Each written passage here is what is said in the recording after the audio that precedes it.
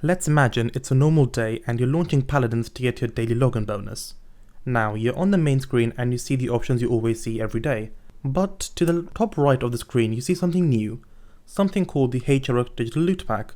You decide to open it. It has some snazzy skins for Nando, Victor and Ying. It also has some poses for Victor and Nando, and some sprays too. One of the sprays says hi-rez, while the other spray says Paladins Invitational. Turns out, a LAN tournament between the dates of January the 5th to 8th, and it's called the Invitationals. If you follow the esports scene, chances are you already know the teams, their rosters and even their playstyles. However, if you don't think about it too much. This video will bring you up to details with the short but detailed history of Paladins Esports. Paladins has had a lot of tournaments, but I can't cover them all in detail. The teams, the player history and even the general tournament will be covered, so here's a list of the tournaments I will cover in this video. PaladinsWorld Preseason, DreamHack Founders Qualifiers, the Founders Tournament, Fall Qualifiers, Champion Circuit, the Challenger Circuit, the Gauntlet, and finally, the Invitationals. This video is going to be heavy EU and NA detailed for one main reason. Oceania, China, Brazil and Latin America got their separate servers in September period, meaning they didn't have region-specific matchmaking. These regions were also not as well documented as the NA and EU regions were. However, this year, I would like to cover these regions a lot more, because from the limited times we've seen them play, they have shown a lot of potential. During the early stages of Paladins, the teams would change their rosters a lot. The rosters I'm about to name may not be 100% accurate, but they have been teams at one point. It was stupidly hard to keep track of them all, so here's my best effort to give you the names. Firstly, we had the PaladinsWorld Preseason. This lasted for 9 weeks, starting on the 13th of February with a prize pool of $1,000 per week for per region. By the end, these teams were the top teams in their respective region. In Europe, the number 1 team was Torpedo, whose roster was Lazy, Custom 3, Spunky, Princess and Thiel. The number 2 team was TQM, short for Team ? Their roster consisted of Jera, Freshkimo, Mare, Mugiwara and Saya. Number 3 team was Death and Taxes. Their roster was Bird, Sun Commander, Tuskar, Simsalo and Crowd. The 4th team was Fate and their roster was Menschmeyer, Sinbreed, Smutney 1221, Unbelievable and Skillganon. The 5th team was Team Griffin, which was my team. Their roster consisted of Kamika, Linkins, Mulk, Stir and Bozy. And finally, the number 6 team was No Elves, which had Elvenpath, Neophyte, Sound, Zype and Kelrior. Moving on to the NA region, the number 1 team in the preseason were Kangana, whose roster was Peacock, Wardoom, Motorius, Coscutie and Michael. The number 2 team was Eager, their roster was Nomster, Bitey, Ori, Shady Shades and Reptile. The number 3 team was Warpath, their roster was Dozeps, Smidgen, Stolzy, Brimey and Rude. And finally, the 4th team was Ronin and their roster was 9ve, sorry if I pronounced that wrong, Shindu, Iceberg, Blazon and Idu. The next tournament was the DreamHack Qualifiers, which was again run by PaladinsWorld. This tournament would last for 4 weeks starting on the April 30th. Each week, 1 team from each region will qualify for the playoffs. Once a team had qualified, they won't play in the remaining weeks. So if Team A qualified in week 1, they won't play again until playoffs. Starting with Europe again, the first team to qualify for the playoffs was Torpedo, whose roster did not change from preseason. The number 2 team to qualify was Death and Taxes and their roster saw changes. Bozy replaced Crowd. So the new roster was Sun Commander, Bird, Tuskar, Simsalo and Bozy. The 3rd team to qualify was District 69, whose roster was Bugsy, Elvenpath, Kagemitsu, Shipper and Perdo. The last team to qualify was Fate, who also saw a roster change. The new roster now had Menschmeyer, Skillganon, Unbelievable, Arcos and Addicted. Over at NA, the number 1 team was Kangana, who had the same roster. The number 2 team was Eager, who again had the same roster. The 3rd team was Warpath, and yet again they had the same roster. The final team to qualify was Ronin, and they had a new roster. The new roster was Adu, Shindu, Wyfall, Grapple and Powtek. Next in the list of tournaments is the playoffs. This lasted for 1 weekend, May 28th for Europe and May 29th for NA, and the top 2 teams from each region which qualify for the Founders Tournament in DreamHack Summer 2016. The format was Week 1 qualifier will fight Week 4, Week 2 will fight Week 3. Winners of these matches will face each other in a best of 5 and the winning team will be the first team to qualify for DreamHack Summer. The losing teams will fight each other where the winner will fight the loser of the deciding match. The winner here will be the second seed to DreamHack. The first team to qualify for the Founders was Torpedo, who had kept the roster the same.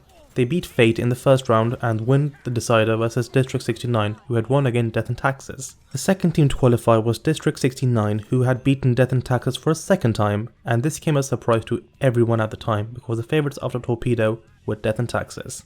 They had replaced Kagemitsu with Gera, so the roster for DreamHack was Bugsy, Elvenpath, Gera, Shipper, and Pedo. In NA, the first team to qualify for Founders was Kangana, who had the same roster. They beat Ronin 2-0 and then went to beat Eager in a close 3-2 decider match. The second team to qualify was Warpath, again the underdogs. Having lost to Eager 2-0 in the first round, they went to win the losers bracket against Ronin 2-0 and finally beat Eager 3-1 in the losers finals. They had a new roster for DreamHack, which was Stolzy, Smidgen, Dozups, Rude, and Sakyle. The Founders Tournament at DreamHack Summer 2016 was the first LAN tournament Paladins ever had, and also the biggest prize pool to date of $100,000. Before the tournament, Torpedo were the clear favourites to win, who boasted a 100% win rate in the playoffs and qualifiers, while having a 91% win rate in preseason. Kangana had a similar win rate in playoffs and qualifiers, but they had an 83% win rate in preseason. What followed during DreamHack was a major upsets and some of the best plays ever seen in tournaments. June 19th was essentially a mini group stage, where it will be decided who gets to be in the finals. District 69 managed to beat Torpedo in the semifinals 2-0 and advanced to the grand finals. Kangana similarly beat Warpath 2-1, with Warpath winning the first match. Now, with Torpedo out of the way, it looked like Kangana would win the entire tournament. However, in the grand final, District 69 beat Kangana 3-0 in a very swift fashion. The underdogs District 69 went to win the $50,000 and be crowned the first ever LAN champions. The next tournament was actually the summer circuit, but I won't cover it. It was a filler tournament put on by hi-rez between the 4 qualifiers. District 69 took first place in Europe, while Matchpoint, the rebranded Warpath, took first place in NA. Between the summer and 4 qualifiers, there had been a few roster changes. Torpedo had let go of Princess and Custom 3 while taking Bird and Sun Commander from Death and Taxes on board. They had also left the Torpedo organization by the end of the summer circuit and got picked up by a new organization called Burrito.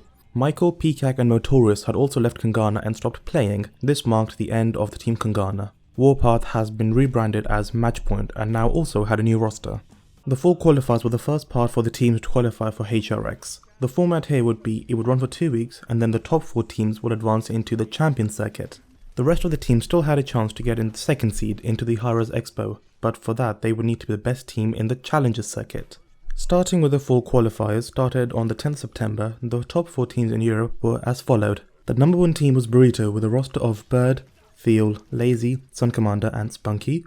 The number 2 team was Return to Base with a roster of Unbelievable, Skillganon, Hendrik Yoda, Robotoxin and Kamika. The number 3 team was District 69, who had kept the same roster since DreamHack. The final team to qualify was the Kings of the North with a roster of Placebo, Saya, Respa, Menschmeyer and Simsilo.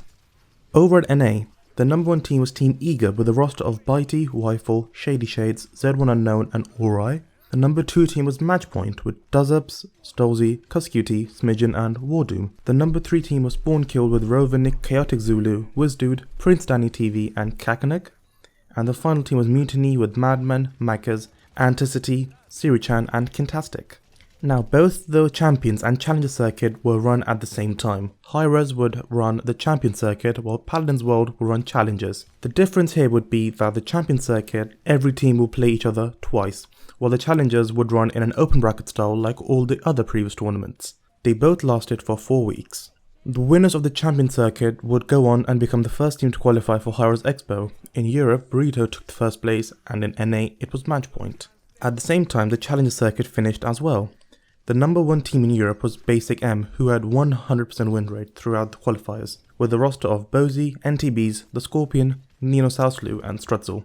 In NA, February took number 1 place with an 85% win rate. Their roster consisted of Powtech, Super Sully, Ivuli, Madman and Mystic Escorts. With the winning Challenger team and the remaining Champion circuit teams, we finally reached the Gauntlet, the penultimate tournament before the $150,000 Invitationals in hi-rez Expo. The format here would be the Challenger team would play against the 4th Champion team. The winner of this match would play the 3rd Champion team, and finally the winner of that match will play the 2nd Champions team. The ultimate winner of this match will be the 2nd seed to the Invitationals. In Europe, the Challenger team was knocked out by the Kings of the North, who advanced to fight Team Viral yet again. Team Viral beat King of the North and one more victory away from beating District 69 and becoming the second seed in the Invitationals. However, the current LAN champions would not give up their place that easily and proceeded to win the gauntlet in Europe, being the second seed to the Invitationals. In NA, the Challenger team beat the 4th champions team and advanced to this round versus Team AGG, the rebranded Spawn Killed. Their roster was Grapple, El Zulu, Prince Edney TV, Graham and Rovanik. However, this was the end of the Challenger team as Team AGG proceeded to win that matchup and face Team Eager in the finals. In a very close 3-2, Team Eager emerged triumphant and were the second seed to the Invitationals. As I mentioned earlier in the video, Paladins opened up servers to more regions during this time, meaning more teams to the Invitationals. Apart from the 4 NA and EU teams, there would be 4 teams more. Again, there is not a lot of documentation, but after hours of searching, here are the results. The Oceanic team is called Abyss Gaming with a roster of Chronix, Josh Kent, Hades, Alston and Joes. From China we have Team QG and they have had the best LAN qualifiers I've ever seen. If I pronounce the name wrong, apologies in advance. The winning roster was Mikasa, Zai Oi, Shasha, Game King and Yexen. Representing Brazil will be the Black Dragons. Their roster will be Pings, Flamzito, Butters, Skullist, BZKA and Cherry Gums. I realized that I just named 6 people, but I know for a fact that this is the Brazilian team. My guess is one of these players is a sub, but again with a lack of documentation I'm not too sure. Finally we have Nocturnes Gaming representing Latin America. Their roster is Clausino, Battletoad, Etasi, Halcyon Days and Ferial. These are the 8 teams that you will see playing in the Invitationals.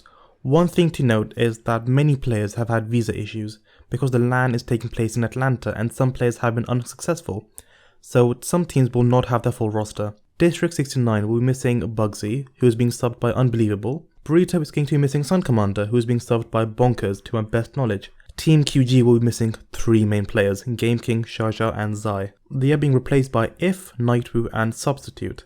The rosters I've named are the winning rosters that qualified for the teams in the first place, with the exception of Black Dragons. The 8 teams have been split into 2 groups, Group A and Group B. In Group A there will be District 69, Team QG, Matchpoint and Black Dragons. Group B contains Burrito, Abyss Gaming, Team Eager and Nocturnes Gaming. On the 5th of January, Thursday, Group A will compete.